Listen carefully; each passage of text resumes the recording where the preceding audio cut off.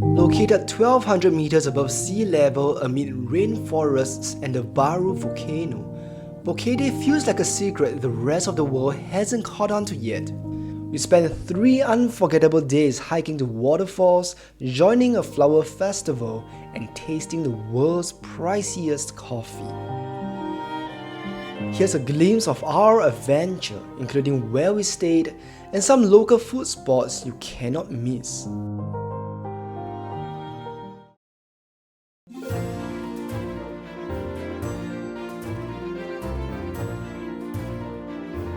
The Lost Waterfalls Hike, also known as Tres Cascadas, is a hike through a lush cloud forest to 3 secluded waterfalls.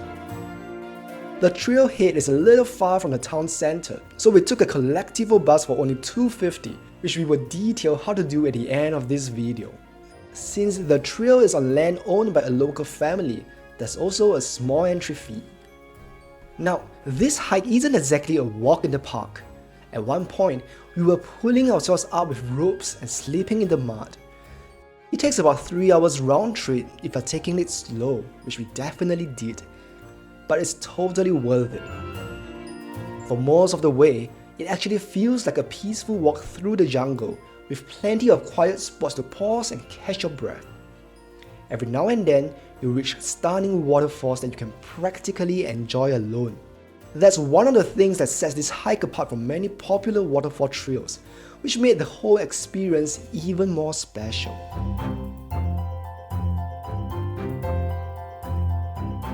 Now, if you enjoy hiking but want something less challenging, there's another hike called the Pipeline Hike. This is an easier, well-maintained trail that follows this giant pipeline leading to a waterfall and a 1,000-year-old tree.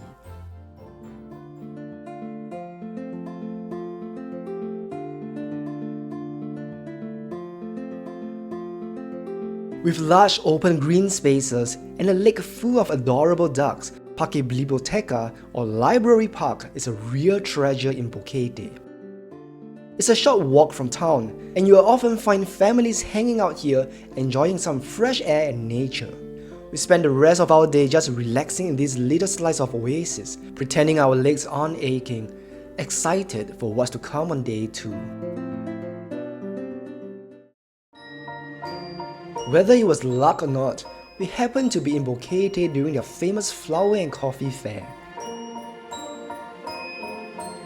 Locals come out in full force for this January festival.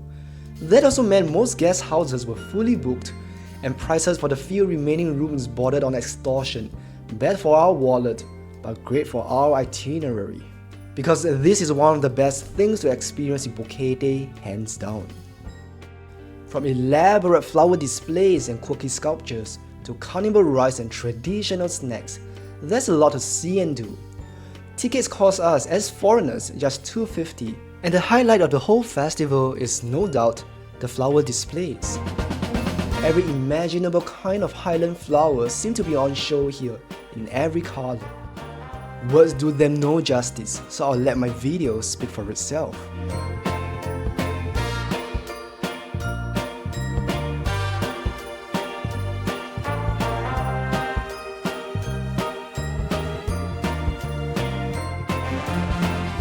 While walking out, we spotted a popular Panamanian dessert, cocadas. This caramelized cookie is packed with coconut flavor and a staple at local fairs. Later, we walked to Central Park, arguably the center of town. This little square features a beautiful flower arch that's perfect for Instagram. Along the square, you also find market stalls offering handicrafts and souvenirs. Because Christmas was near, the place was decked out in festive decorations too. Something else we noticed is that Boquete has a large expat community, particularly from the US and Canada. It's easy to get by with English here without having to speak Spanish, and for a small town, Boquete has a surprisingly great international food scene.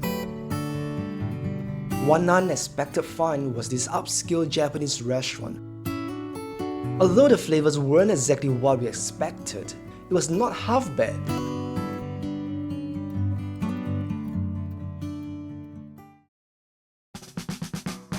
Barú Volcano is arguably the only place in the world where you can see both the Pacific Ocean and the Caribbean Sea from a single summit. The catch? You've got to get there before sunrise. So we had two options: hike up in the middle of the night in total darkness, or take a 4x4 tour to the top. The choice was obvious. So on day 3, we found ourselves climbing into a 4x4 at 3 AM and embarked on the rockiest ride of our lives.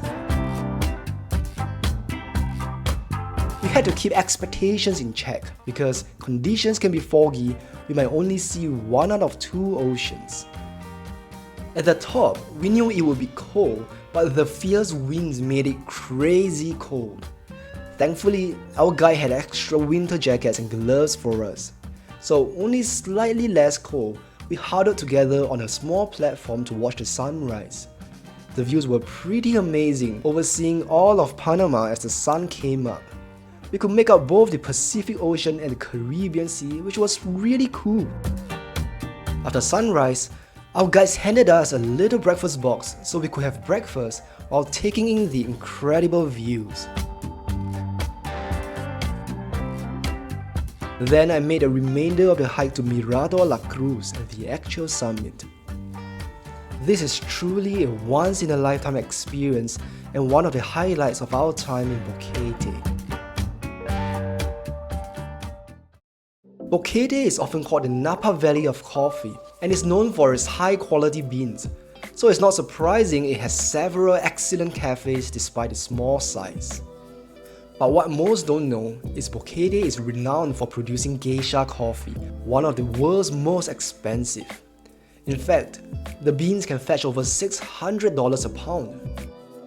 Originally from Ethiopia, geisha was introduced to Panama in the 1960s, and Boquete produces some of the highest quality geisha coffee.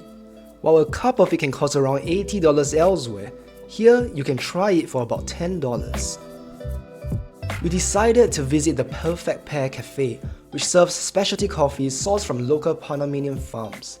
The barista recommended tasting the geisha coffee in 3 stages: hot, warm, and cold. At first, the coffee didn't taste very special, but as it cooled, the flavors gradually emerged, revealing an almost herbal taste, like drinking a Chinese herbal soup. I also have to say the Perfect Pair is said to serve the best hot chocolate in town, which was pretty darn good. Another must-try cafe is Kotowa Coffee House, probably the most popular around here. Founded by a Canadian in the early 1900s, this family business helped pioneer Panama's coffee industry. You can't go wrong with Cafe Unido either. With locations across Panama, it's known for serving solid Panamanian specialty coffee. But the real highlight is their outdoor patio by a beautiful river, perfect for relaxing and sipping your coffee.